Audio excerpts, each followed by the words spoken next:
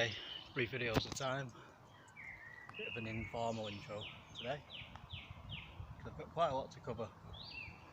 I'll explain as we go along. So we start at the very top of the Macclesfield Canal. So we're going to get 16 facts to really get to grips with the canal's age.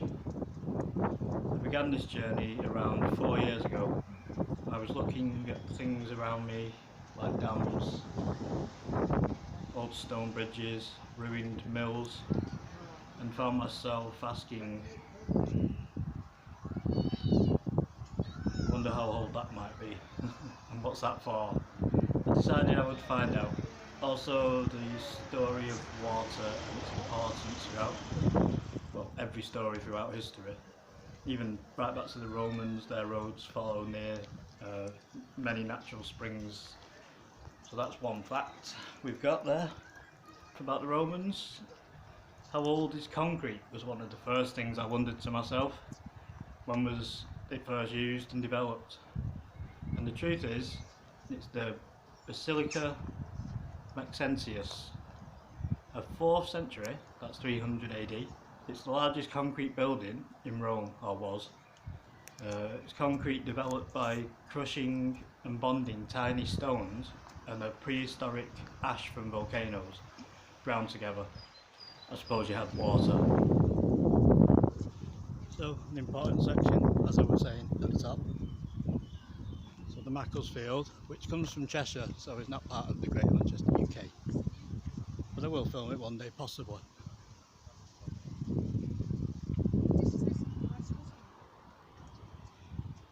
Yeah, so you could go up through Stockport. I'm just going to film some of the old features as we go. I'll try and work out what they are later on, probably.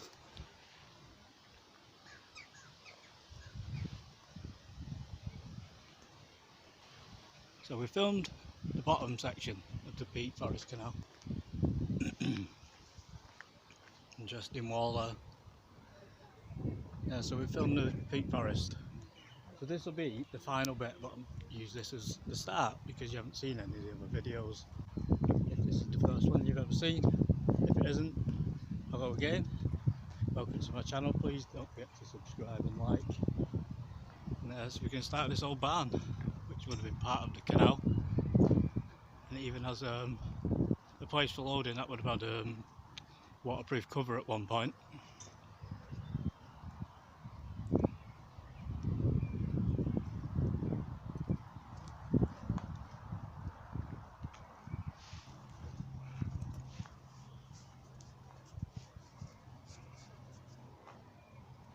And this is where that canal ends anyway. You've come up all the way through.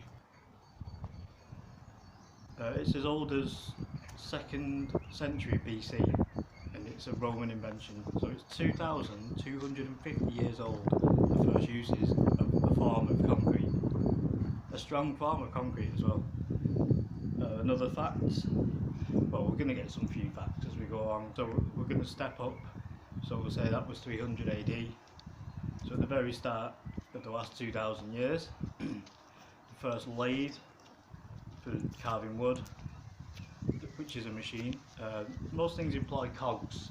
That includes the lock gates along these canals.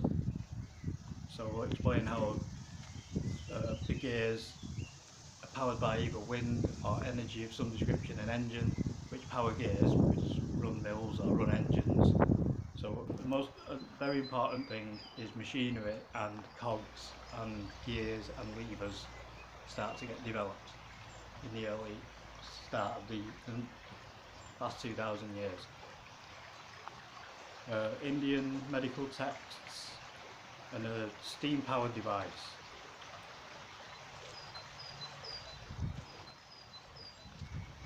So as I've said, quite a hot sunny day. Using this as my introduction, and where better place to start than the very top of the lock. So yeah, Peat Forest Canal. There's 2 sections, 6 miles long, completely flat, all the way up, all the way inside. Like the Aston on the line, where it joins the Eversley Canal. It only has one set of locks. This is the very top one. This is where we're from each year. So this opened in 1800, but it started being built in the 1700s.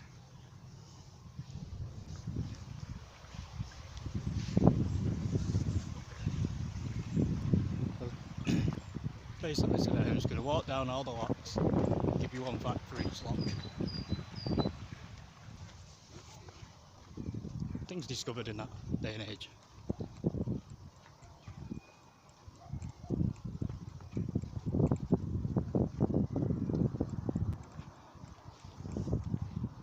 So the first thing will be lock paddles and how this system works. We start at lock 16.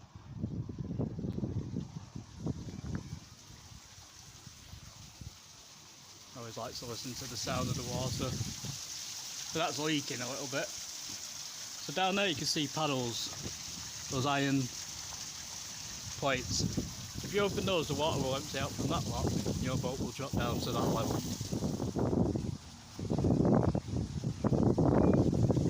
And your boat drops down to that level from there.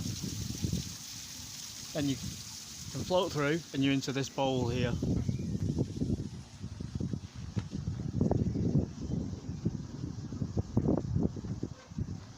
It's Hero's Aeolipili, or Lipili. It's the only known steam powered device using heat pressure to turn a sphere in the centre, which is an early form of steam engine. It goes through copper tubes, so the pressure makes it spin. It may have been just a musical instrument because the pipes might have been adjusted to make sounds. Its uses are fairly unclear, but that is still the 1st century AD, so we're not at the year 200 yet. So we'll get into the 2nd century, and it's Shangheng, Chinese, creates the first seismograph. I'm going to put a picture up, and in this bowl that you see, there's 4 balls on each corner. Once it starts to shake during an earthquake, the balls fall and make a ding sound. Obviously if all 4 balls fall, it's quite a severe earthquake. But it is the very first attempt at reading, well, seismology and the activity of the ground beneath you. So it's a wonderful day today to get some good filming done. Nice bright weather. So we're going to go into the 3rd century. It's Neoplatonism, which of course is the study of the teachings of Plato. It remained influential, his teachings, until the Middle Ages.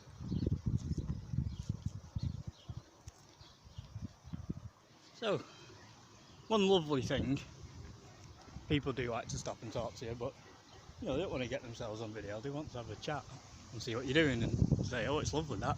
So I'm telling them I'm documenting all these canals. In there, these are pounds where boats used to stay, because it could take more than a day to get through these locks. So you might get halfway down and decide you're going to stay in that pound there. But there's also then enough water stored for each lock. So if you're using locks at a rapid level, there's an area where water is stored. It's called a basin. So each one of these locks has an area called a basin. So you need a lot of land to build this back in the day, but luckily there was a lot of land that was spare. Just shoving my cap on. I don't want to do any advertising, but I am a hip hop music fan. So there you go. It's really, really hot. I've done it again. I've come out when it's slightly too hot to film. So we might have to cut this short once again. There is a tunnel down the bottom I want to film.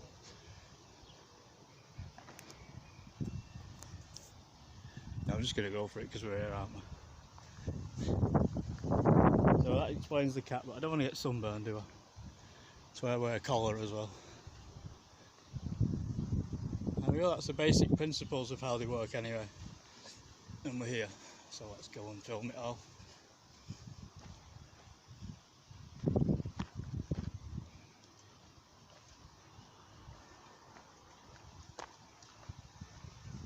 So that's the junction that joins the two canals. So originally this was going to be a tramway, like at the top. That's in the next video along. So they weren't going to build, you know, a system to link the two canals that are 6 miles long, like I said at the start. He taught that there is a transcendent being, the One, which cannot be described, from which emanated a series of other beings. So it's a divine belief in a maker. Due to mathematical theories, there must have been one at the start, one person or one life form.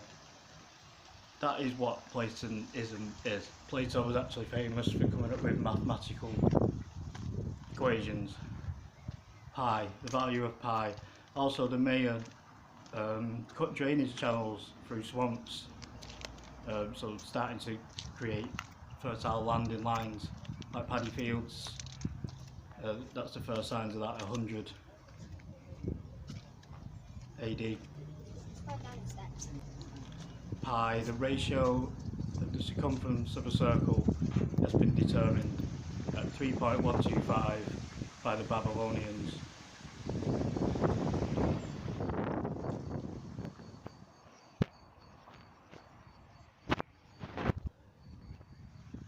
I've brought this camera. I'm just going to show you what it looks like when we switch to that camera. It films upside down without flipping the image. It also films under the water and has a wide angle. It's useful if it doesn't flip over, so you can film underneath bridges and etc. It has a wide angle lens. It's also autofocus and does all its stuff by itself automatically. It's good for wildlife as it has an auto motion recording feature. Not sure if it's slow motion, I don't think it has that option. But anyway, so it's going to be used to film some ducks and wildlife when I get the chance. This is just to explain that it's slightly different lens. The water's so dirty, there's no point. I've tried loads of times to film canals, but it's too murky even with a light. So we're going to get 16 facts to really get to grips with the canal's age. So I've stopped, well, I've just got a bit of peace, to be honest. It's very busy. Like I say, I wanted to explain how it was in history, but it's so picturesque and nice here, having a sit down. So there's some ducks and I've got a bit of peace, but honestly, these footpaths are just absolutely leathered. It really is a touristy destination. We're going to head on down. Like I say, I'm going to try and get I need to get the aqueduct, Marple Aqueduct, and then we'll just have a poke around down there. Okay, let's set off further down anyway, let's get going. Yep,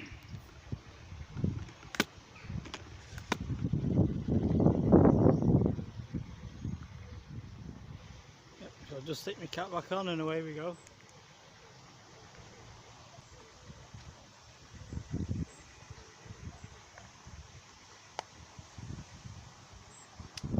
Computers these days have worked out pi to 1,000 point.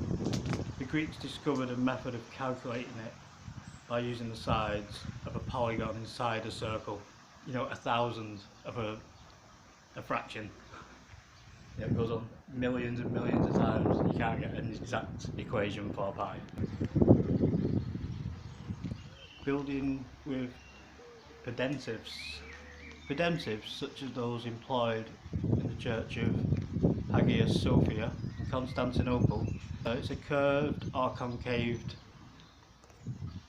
section of masonry which is used to make the dome on top of a building.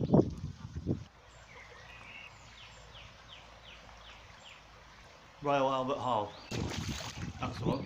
Royal Albert Hall has such a thing. We're going to bring ourselves up now to the year 500. So there's a few important facts. They've been invented in this order, or been discovered in this order. So primitive forms, the first fossils have been found.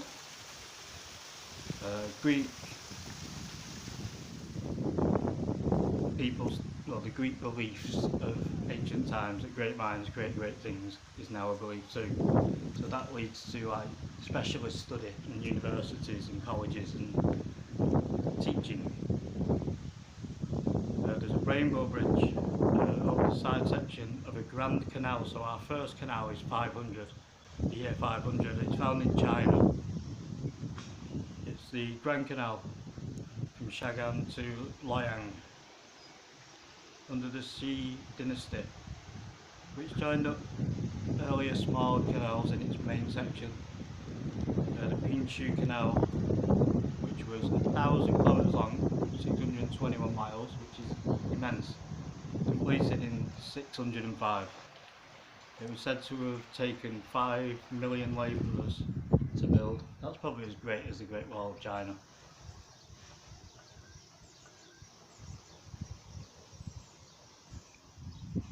Now we've got the first evidence of vertical wind shafts in windmills. 644, or maybe just before that. They're found in Persia. There's manuscripts of contemporary knowledge explaining how these work, so they could have been around much longer. There's still traces of those early windmills, but the vertical shafts, so the wind blows down through the top like through a chimney and turns a wheel that stood up on its end. So that's windmills in Persia. Perpetual motion as we move to the year 700. Alchemy. There's textiles machines to work and make textiles.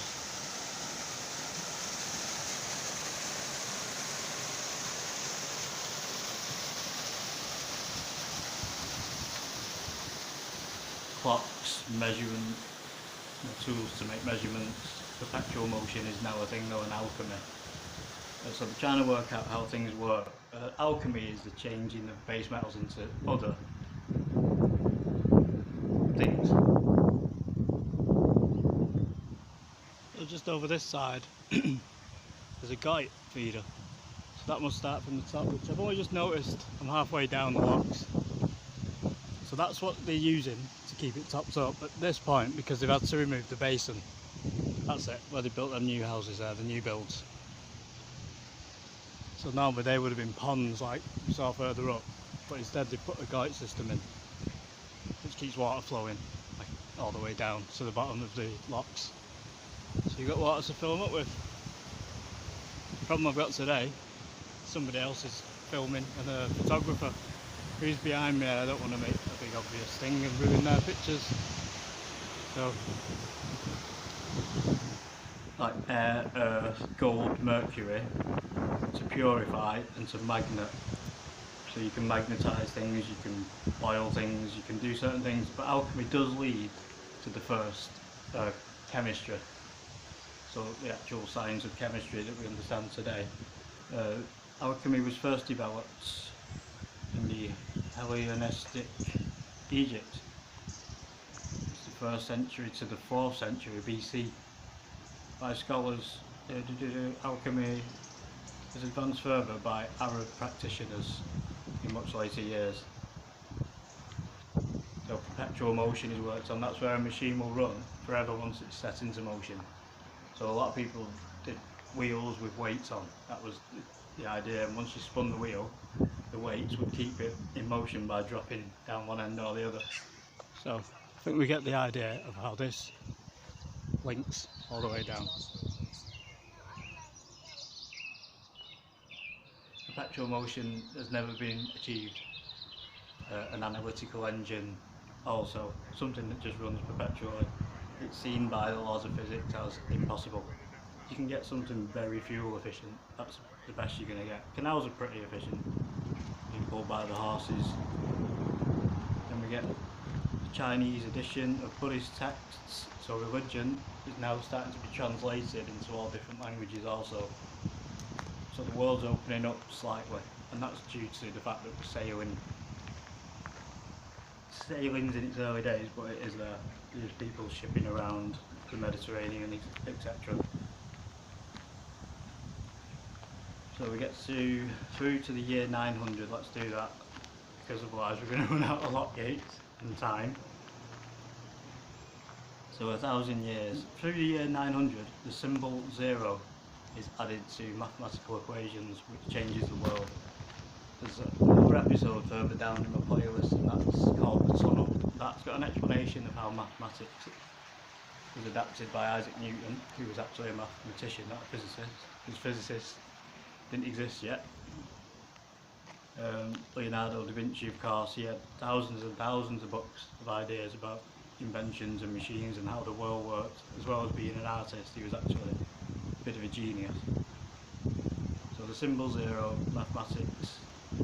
So in the year 1000, things are going to change.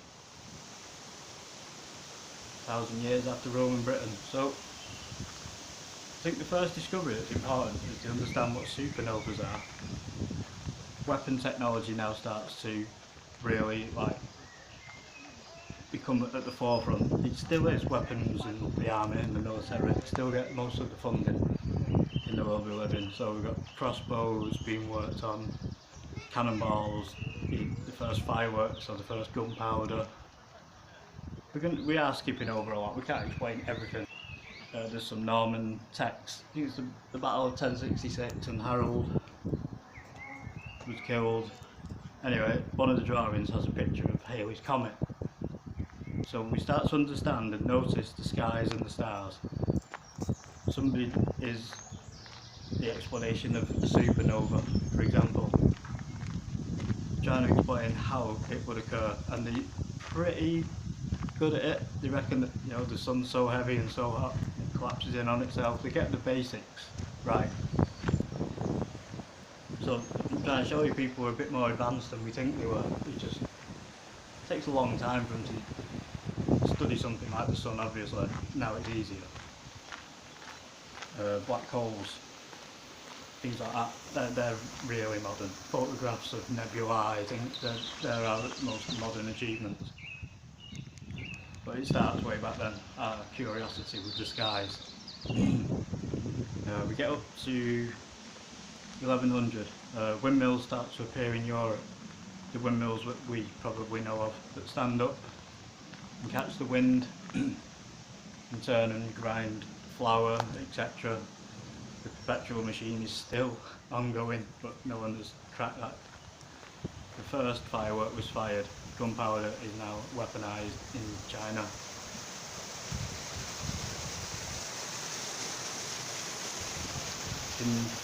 Consideration of lines, angles and figures is of the greatest utility, since the impossible for natural philosophy to be known without them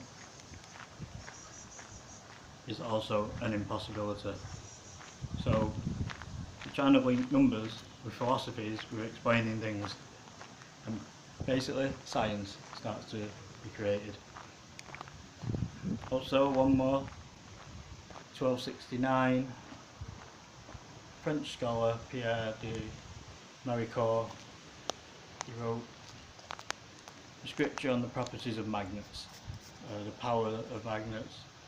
The first camera obscura, so you can now take photographs. A camera obscura just projects an image onto a wall through a screen, so it's very basic, but you can take pictures now of people. Or a lot of people use camera obscuras to start when they use oils and make paintings, so you can shine an image onto your wall of like the Vatican and then paint it. So it's almost like a trick that they were using. The first hole in the skull was achieved. An operation took place to see inside a human basically and see how they ticked. We start getting stories of Mary Shelley's Frankenstein. As I said, now gears as well. So not long to go now, Manchester. Yes, I'm still here, it's still me. I'm just enjoying myself. It's not just about filming it, it's about recording the walk. Then I can watch it to my heart's content. Oh, here's an old waystone, I'll get that. Part of the original features. You can't seem to read it anymore. That would tell you how many more miles was left till the end of the canal. Oh, lots of fish.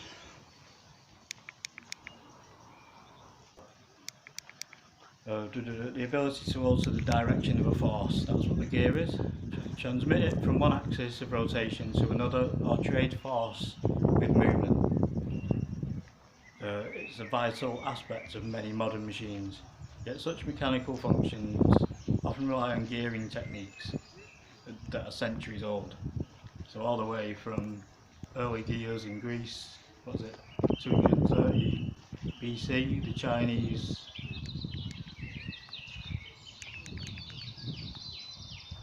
self-pointing chariot utilises the gear. So a figure always points to the south. I have no idea what that was all about. I'm not really got into that.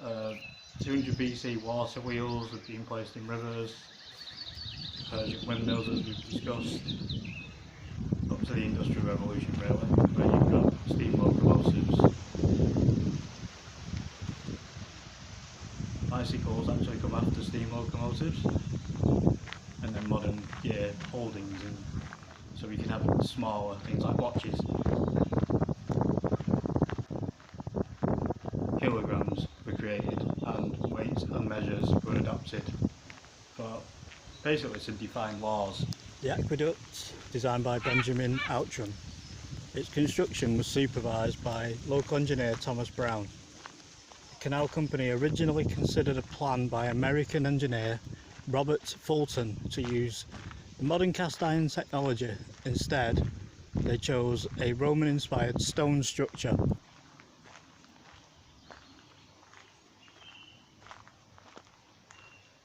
To enhance the dramatic view across the steep-sided Coit Valley.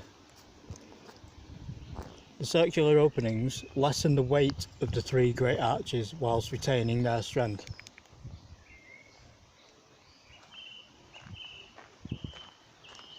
The lower part is built of red sandstone. It's rough hewn from nearby quarries at Hyde Bank. The upper part of white stone brought from Chapel Milton. That's a quarry in Derbyshire.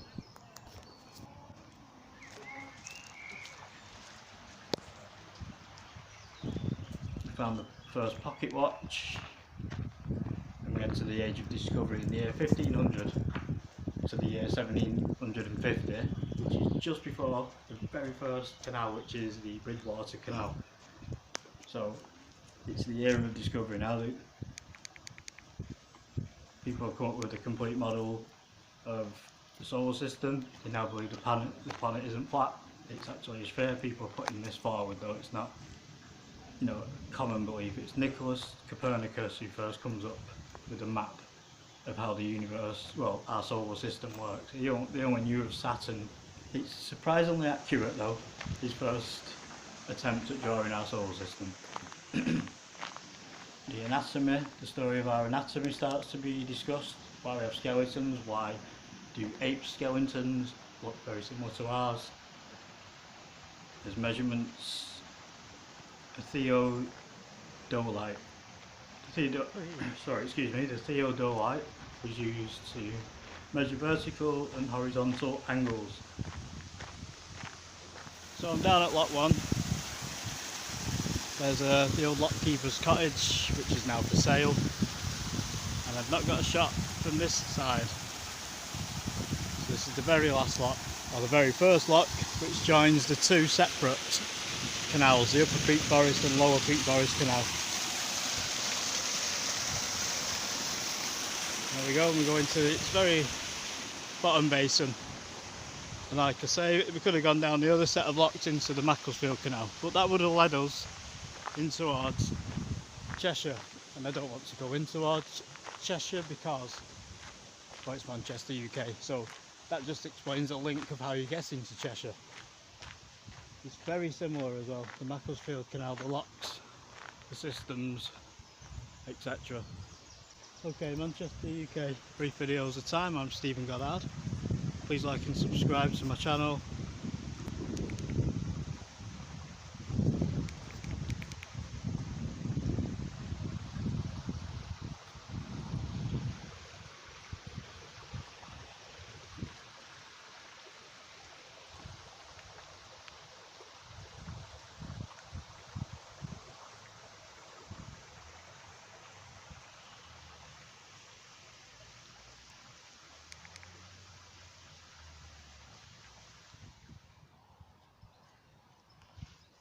Okay, so we're going down, and that Marple LockFlight I've just walked through.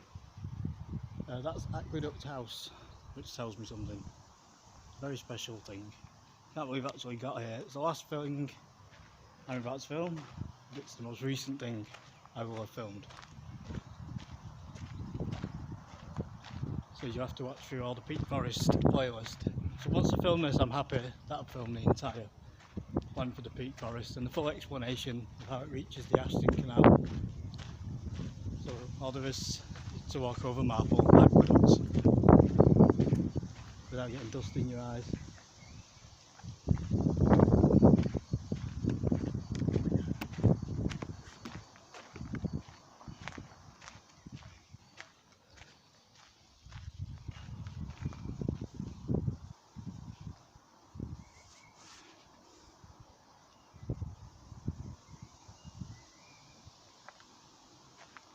So I suppose I've not come all this way. Get the cap on again so I don't burn. I'll be filming in towards the sun, so just got to concentrate.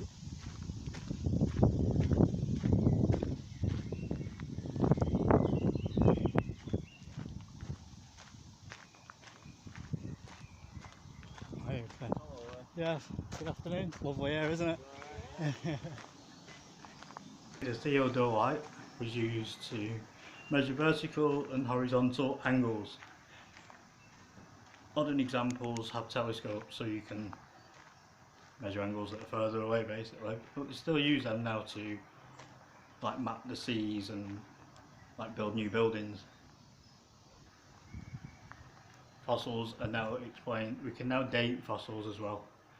3.4 billion years old is the age of the earliest fossils, which obviously sends the world into a frenzy, especially the religious folks of the world. Melting points of platinum is discovered, machinery in mines and how base metals can be separated from stone and coal, etc. So the basic principles of mining are laid down, melting points of metals. People are starting to wonder if you could make mechanical hands and arms and legs for people who are amputated. It's the world of discovery. Measuring instruments are really important because we want to be as accurate about things as we can. So whether it's scales, whether it's jugs that are a pint size, everything seems to have numbers on it so it can be adjusted. Hello everybody, as always. And kept it a certain way, like say a telescope. You can tell the angle that it's pointing at the sky, and you can adjust it one bit at a time so you can make real measurements. The church obviously resisted all these, well, heliocentrism it was called, of Copernicus. So they basically reckon he's going to wake up the hounds of hell and turn the earth into the most evil thing ever by trying to break open the laws of science and just forget about religious beliefs. Maybe it has gone too far, maybe the world went a bit too greedy in the last 25 years or so, shall we say, but I don't want to get political. But for the main part, discovery is good for everybody. I think basically now it's only good for certain people to make a profit from. For example, iPhones and electric cars. You know, it's all developed where people are making a profit, not just for the common good of everybody. You know, and wages have basically been frozen, whereas throughout the ages, everybody has gained. You know, people's way of living has improved. The standard of life has, you know, been elongated. I think the last 10 years has seen the first time where the age of people dying has actually dropped by a couple of years. Life expectancy. Our free cash is probably lower than it has been for the last 25 years as well. Now there was a canal. I wrote it down in a pad, which I'm searching all my pockets as I'm walking along. I've done pretty well. So yeah, I couldn't walk all the way here. I've come all the way here just for the day without seeing this marvel. I've wanted to see this probably, you know, a few years since I started filming canals. But as I've always said, I'm doing one thing at a time. There's no point in just saying, oh, this is Marple Aqueduct, oh, this is the Rochdale Basin. You know what I mean? It's like, slowly but surely, and then if you watch them you'll learn. So this is one of the better parts about canals, one of the greatest engineering feats of its time. So here we go. I did have a script and I did remember most of it, and I read it last night and I've practiced it, but like I said, I wanted to find out the age of things, and there was the first canal. So luckily I found it. You can walk through here. Those little tubes, I'd love to get inside one of those little tubes. That really is a marvel, that's a giant size aqueduct that. It's only really a short span, but it does have to span without leaking, and it's over 100 feet in the air, so it has to be strong. Have a look at the railway, which has been replaced with black brick. It must have had some damage at some point. We could wander around here all day, but I'm not going to. There's an area called New Mills, but that'll be another video another day. So that's the end down here of the Peak Forest Canal.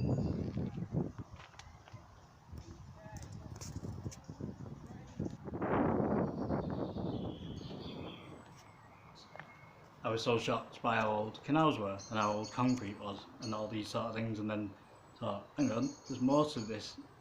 So you have to learn about all history just to find out how old the original tunnel was I found in a car park, and the company that went with that, and why they were shipping trains through that way anyway. With gas, it was being shipped along the train lines on an electric train and getting stuck, so they decided to turn this into a canal. It's a navigable channel, inland waterway. It's in Exeter anyway, in England. It was established for the town of Exeter, and as a port after centuries of blockages on the river Exe. They had weirs constructed along it to power water mills, and probably the UK's first artificial waterway is the Exeter Canal. It's completely level, it's not blocked by any weirs, and it's not used as a power source because the water doesn't flow. Canals and the waterways for boats are separate from the rivers. They usually run right next to each other, like here, the River Guy runs along the Peak Forest Canal. So, right up to where we start to measure time, but we're not going to do that today. Another brief video of time.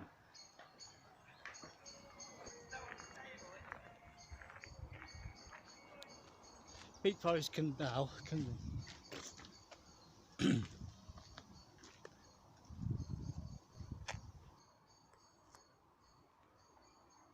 Okay, Manchester, UK, brief videos of time. I'm Stephen Goddard. Please like and subscribe to my channel.